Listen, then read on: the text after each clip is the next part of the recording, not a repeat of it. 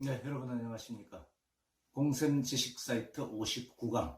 오늘은 삶의 의미를 찾아서 나의 인생 독백이라는 주제로 여러분을 찾아뵙겠습니다. 바둑을 빨리 배우는 방법은 복기에 있고 인생을 빨리 배우는 방법은 인생 돌아보기에 있습니다. 난 바둑을 잘 두지는 못하지만 복기라는 말은 좋아합니다.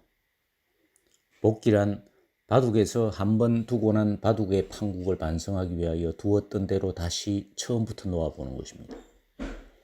무엇이 잘못되었는지, 다시 둔다면 어떻게 둘 것인지, 어느 바둑의 수가 이상했고 어느 자리가 패착인지를 반성하는 일입니다. 그래서 다음 판에는 더 좋은 바둑을 두고 같은 실수를 되풀이하지 않기 위해서 복기를 합니다. 인생에서도 마찬가지입니다. 직장생활 30년을 앞만 보고 달려왔다고 자랑스럽게 이야기하고 있지만 전반기 인생을 돌아보니 그리 잘 산 인생은 아닌 것 같습니다. 왜 그렇게 앞만 보며 달려와서는 지금 이 시점에서 후회를 하고 있는지 모르겠습니다. 무엇이 잘못되어 그리 되었는지, 또 내가 제2의 인생은 어떻게 살아야 할 것인지 한번 따져보아야 하겠습니다. 집은 커졌지만 가족은 더 적어졌고, 더 편리해졌지만 시간은 더 없다. 학력은 높아졌지만 상식은 부족하고, 지식은 많아졌지만 판단력은 모자랍니다. 전문가들은 늘어났지만 문제는 더 많아졌고, 약은 많아졌지만 건강은 더 나빠지고 있습니다. 생활비를 버는 방법은 배웠지만 어떻게 살 것인지는 잊어버렸습니다.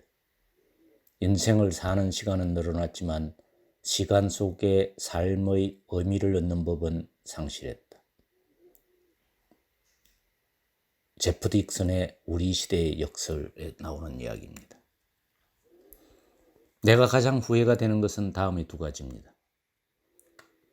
돈을 버는 방법은 배웠지만 어떻게 살 것인지를 생각하지 않았고, 고령화로 인생을 살아가는 시간은 늘어났지만 그 시간 속에 삶의 의미를 넣으려 하지 않았습니다. 누구나 하는 후회입니까? 아니면 나만 하는 후회인가요?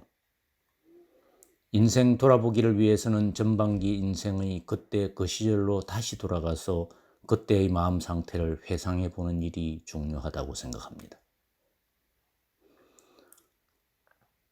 나의 어린 시절, 학창 시절, 결혼과 직장 생활 등을 처음부터 하나하나 떠올려 보고 그때의 꿈과 희망을 다시 스크린해 보아야 합니다. 직접 노트에다 어린 시절부터 기억이 나는 사건과 주제를 징금다리 형식으로 기록하면서 나를 회상해 보고 싶습니다. 그 당시 내가 꾸어왔던 꿈과 희망도 기록하고 그때 어떤 마음이었는지도 헤아려 볼 것입니다. 복기의 핵심은 내가 실수했던 일들을 중심으로 하나하나 기억해보고 그때의 마음이 어떠했는지를 기록해 나가는 것이기에 상세히 기록해 볼 것입니다. 인생을 살아오면서 내가 실수했던 일, 서럽거나 비참했던 일, 슬펐거나 기뻤던 기억, 억울했거나 고생했던 기억, 화났던 기억, 비굴했거나 자랑스러웠던 기억들을 하나씩 떠올려 보고자 합니다. 특히 남에게 털어놓지 못하고 고민했던 문제나 내가 그리도 미워했던 사람, 배신감을 느낀 사람, 신세를 진 사람 등을 생각하고 기록해 왔습니다. 중요한 복기는 그 당시 하지 말았어야 할 행동이 무엇이었고 내가 뭘 후회하고 있는지를 찾아내는 것입니다. 학교를 졸업하고 도시로 나온 나의 경우 객지에 써 있었던 서러운 일, 살았던 곳이나 여행을 했던 곳, 이사했던 지역을 하나하나 떠올려 보면서 옛날을 회상해 봅니다. 인생을 살아오면서 다 하지 못해서 아쉬웠던 일, 못다 했던 사랑, 아쉬웠던 우정, 배우자에 대한 후회, 자녀들에 대한 기억, 친척들에 대해 좋았던 점과 섭섭했던 점을 떠올리게 됩니다. 전반기 인생을 살아오면서 가졌던 욕심이나 미련도 하나하나 떠올려보고 몸과 마음의 상처도 정리해봅니다. 눈을 감고 명상 자세로 생각나는 것들을 회상하고 이를 징금다리 형식으로 기록해 놓았습니다. 이것을 기록하는 이유는 과거에 일어난 일의 패턴을 발견하기 위해서입니다. 3박 4일이라는 인생 돌아보기 프로그램에서 내 인생에서 가진 부담과 상처를 체크해 봤더니 경쟁 위주의 가혹한 기준으로 인한 상처가 제일 크게 나타났습니다. 1위가 경쟁으로 인한 가혹한 기준으로 나타났고, 그 다음으로 나는 다른 사람과 다르다는 특권의식, 다른 사람에 의존해서 일을 해결하려는 의존의식이 2위, 3위로 나타났습니다. 이 조사가 과학적인 의미를 부여받은 조사는 아니지만 자신이 어떤 상처에 휩싸여 있는지를 아는 데는 충분하다고 생각합니다. 충분히 예상은 했지만 1위가 두드러지게 높은 점수였다는 점이 저도 놀라웠습니다. 왜 그런지를 살펴봤더니 경쟁과 최고를 부추기고 있고 이루어야 할 것이 너무 많아서 마음 놓고 쉬지도 못하고 스스로를 너무 심하게 몰아붙이며 압력을 가하고 있었습니다. 이것은 아마 직장의 본질적 가치 때문이 아닌가 생각됩니다. 인류 기업을 지향하면서 경쟁에서 이기는 것을 최고의 선으로 주입하고 있는 민간 기업 직장인의 경우 대다수가 이러한 고민을 하고 있습니다.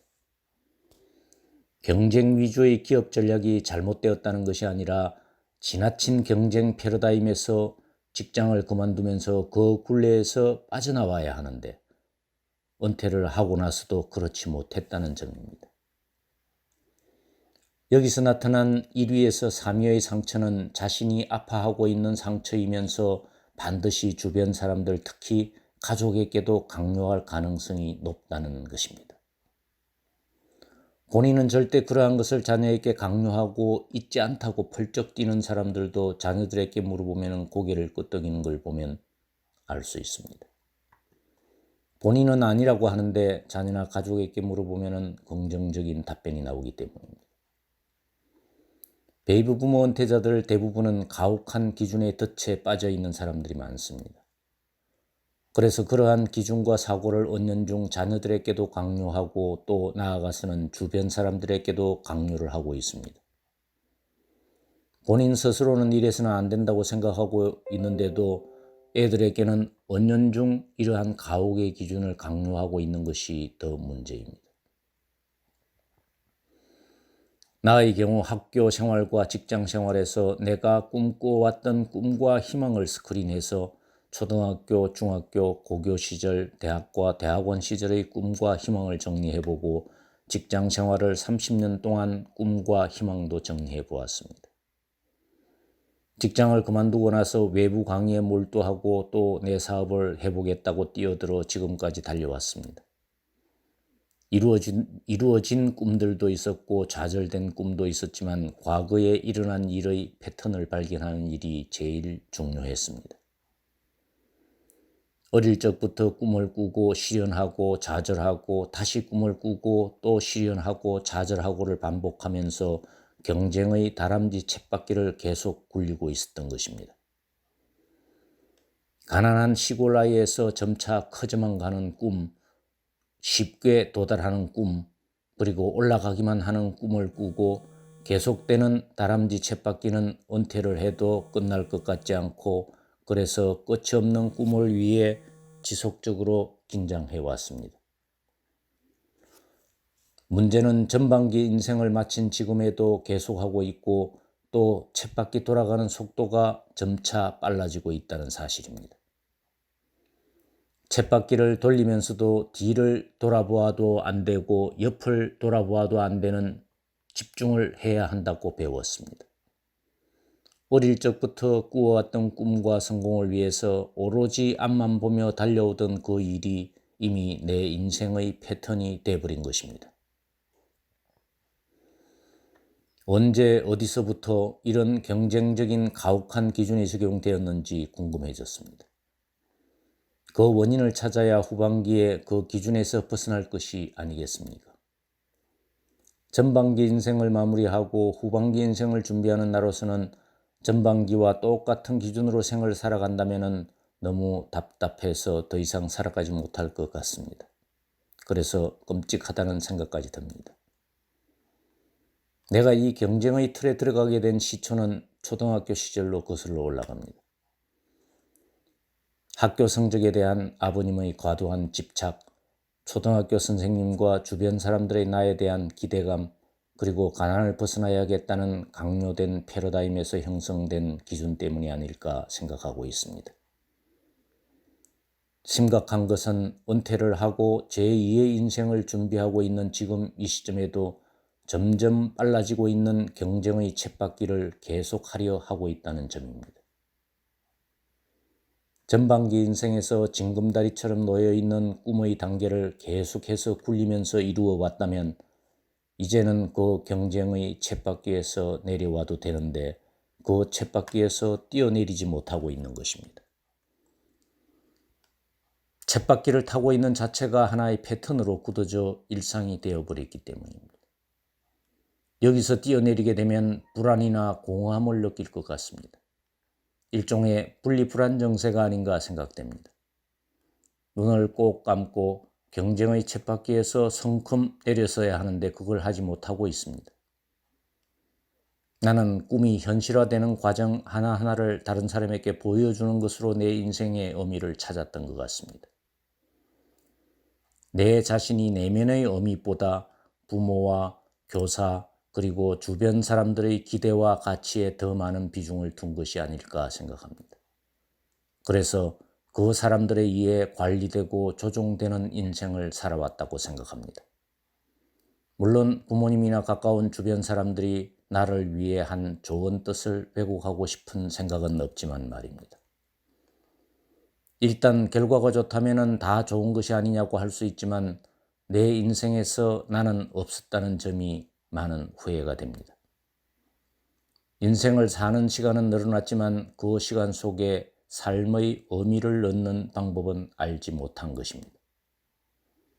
이제 부모님과 선생님은 돌아가셨고 주변 사람들도 떨어져 있기에 더 이상 보여줄 대상도 없습니다. 이제 남에게 보여주기 위한 인생이 아니라 나를 위한 의미 있는 인생을 살아보고 싶어서 이곳으로 왔습니다. 내가 하고 싶었던 일을 하고 내가 힘 닿는 데까지만 하면 되는 내가 주체가 되는 삶을 살아보고 싶기 때문입니다. 점점 빨라지는 경쟁의 쳇바퀴에서 계속 구르는 기술을 그만두고 이제 잘 내려오는 방법을 생각해 보고 싶기 때문입니다.